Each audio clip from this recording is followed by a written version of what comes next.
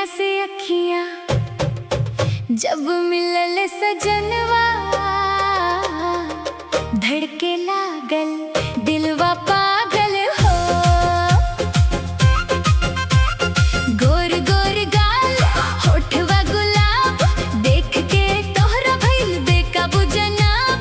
चुनरी उड़े बहे पुरवैया, मनवा कहे बन जा हमर सैया।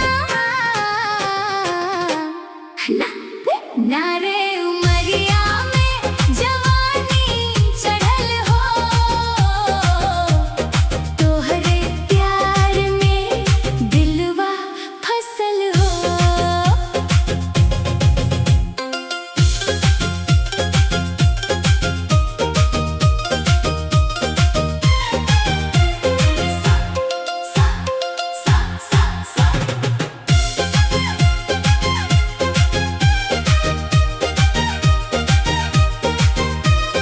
साँझ सकारे तोहरी याद सतावे, दिलवा तोहरा नामे गीत सुनावे।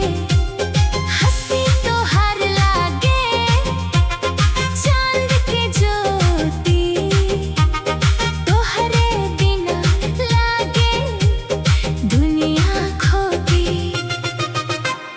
चल संग संग सपना सजाई, जीवन भर के साथ निभाई। प्यार के डोरी कभी न टूटे, रिश्ता अपना सदा ही छूटे ना। ना रे उमरिया में जवानी चढ़ल हो, तोहरे प्यार में दिलवा फसल हो। अखियाँ से अखियाँ जब मिलल सजनवा,